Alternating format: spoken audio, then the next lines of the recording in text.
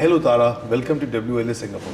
Excellent, thank you. It's good to be here. You came day before, is that right? I came not last night, the night before. Oh, the night yes, before. yes, flew in from Brisbane. And we saw you at the stage moderating the founding partner session, and that was excellent. How was the experience? Yeah, it was really good. The key that came out of it was how do we work together collaboratively across multiple jurisdictions, but also maintaining and gaining trust amongst ourselves as we navigate this new landscape. But also at the forefront of our mind is we're all client focused and client centric. So how do we uphold all those values at the same time? And it's not something that will be, I guess, determined or sorted out overnight, but it was good to kind of get the conversation started, how that may look going forward. And also in the evening, 6 to 7, when we had the founding partners meeting, yes. which I was also there. So we did deliberate on the ways we can go ahead. I know it's challenging, no doubt about it.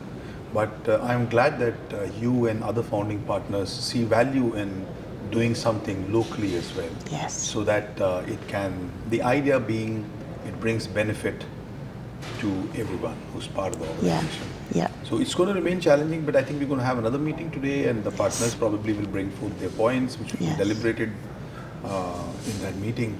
And I'm sure there'll be some good outcome. Definitely. Because seeing the vibe and reaction of the people yesterday during the conference has been very positive. How has been your experience so far in this conference today, this day 2? It's been really enlightening. It's been the calibre of speakers and the founding partners as well is quite high, and I've thoroughly enjoyed getting to know everyone. The connections have only been made online so far, so it was good, as you said last night in the founders meeting, having that discussion about what that connection will look like going forward. So yes, I really appreciated yesterday's chance to speak, but also to get to know all of the other founding partners and everyone else at WONE Global. Great. And for our viewers, if you can kindly tell us a little bit more about yourself and the firm that you're a part of. Yeah, sure. I'm Tara Buchanan, and I am a director at Worldwide Advisory. Our motto is we aim to leave you in a better financial position than when we first met. And that's for all of our clients, regardless of where they come from.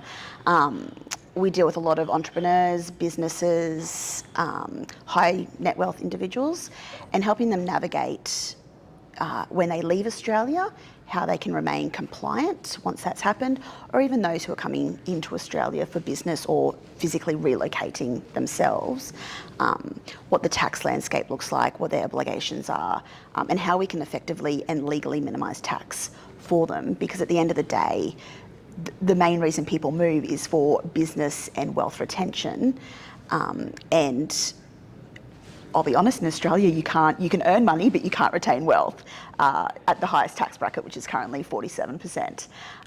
So I'm helping a lot of clients navigate across multiple jurisdictions, depending on their business goals, their lifestyle goals.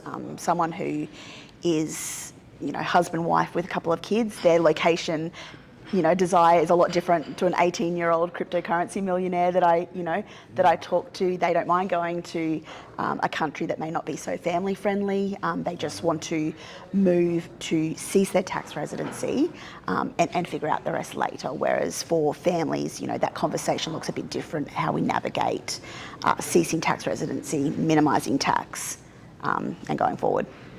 And how long have you been working in the law field for? How many years? So I'm in the tax field side of things. Yeah. So about 20 years. Okay. I've been in the tax industry. Worldwide Advisory came to fruition during COVID, where everything kind of went remote, and we really came out as a forefront firm because we were already remote and people were wanting to deal with us, and it was a challenging time, but it also gave us the opportunity to highlight our experience and our technology that we already had in place. And as I said, it's no day is ever the same. It's thoroughly enjoyable working with all the different types of clients. So how many people are there in your company? So there's 4. So my husband and myself are business partners, and I've got currently Cheryl and Charlene in the Philippines working for Fabulous. me. But just to help us understand about the tax cases, does one really, should there be a loophole for the tax attorneys to find, to help their clients? How does one go when it comes to new businesses, particularly Bitcoin, digital space, AI, entrepreneurs? How do you help them save on tax in a situation in a country like Australia where you said the tax is 47%? Yeah, so cryptocurrency is quite a pertinent one at the moment, where a lot of people have created wealth in their individual name as themselves, and we assist clients in doing genuine business restructures where we can shift the business operations of trading cryptocurrency into a trust, for example. We can do a deed of assignment of the cryptocurrency stock from them individually to the trust, and that then means at the end of the financial year we can distribute income up to a certain point as an individual, and the rest we can create a company that pays a maximum tax rate of 30%. So clients often see the value that there's a minimum 15-17% saving just by creating these new structures. So for clients who want to stay in Australia, they're the kind of solutions that we come up with. Those that are moving overseas, a lot of Australians are moving to Dubai at the moment with the 0% personal tax rate and 9% company. We work with advisors over in Dubai in getting them set up, and it's actually quite fascinating that to get their, the meeting, the medical, the company set up, the visas, it's about a 4-week process. So we have clients who call me one day and have ceased their tax residency within 4 weeks. They've moved their life. It's quite a fascinating process, and I love it. I love seeing that kind of in action and work. Okay, and how stringent are the laws for tax evasion in Australia? Oh, very stringent. Yeah, so there's a lot of anti-tax avoidance measures and legislation in place. So everything, all the advice we give is stress test.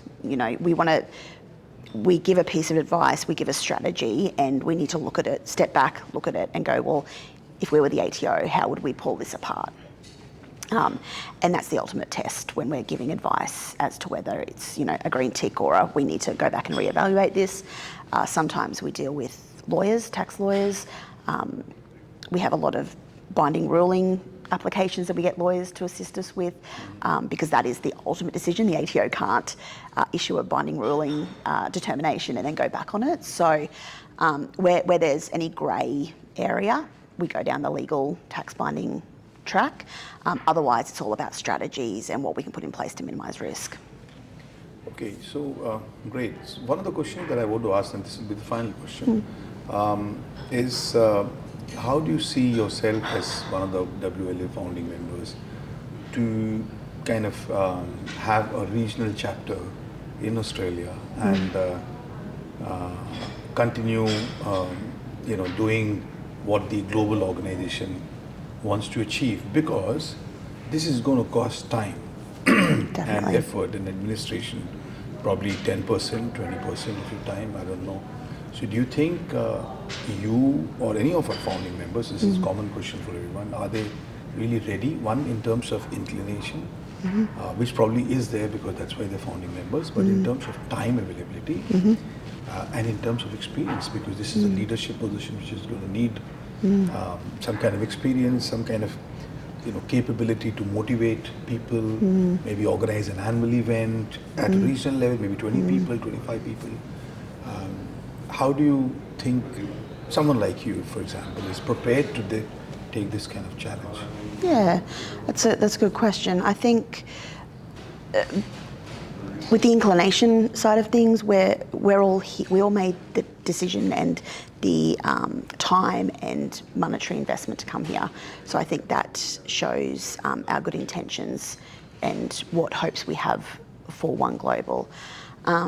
As you said, there's a time factor investment as well, and for me, I've always believed in you do what you do best. So in terms of organising events and that, I would step in my advisory role and provide advice where I could and guidance.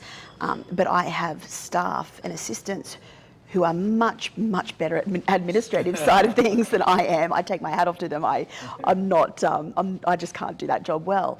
But I think it's just having a team behind you to support you, because I don't think that any of the founding members on their own can do what is required. So I think having that team, and as I mentioned yesterday, we are looking at expanding our team.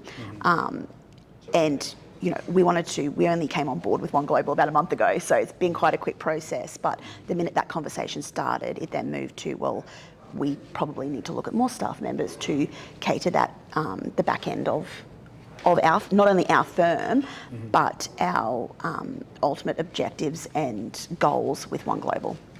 Excellent. That's amazing, and we value your being a part of our organization, and I'm sure when we have this regional chapter, we'll be able to achieve our objectives and goals. Definitely. I'm excited and I'm looking forward to it. Okay. Thank you very much. It's such a pleasure speaking to you. You too. Thank you. Thank you.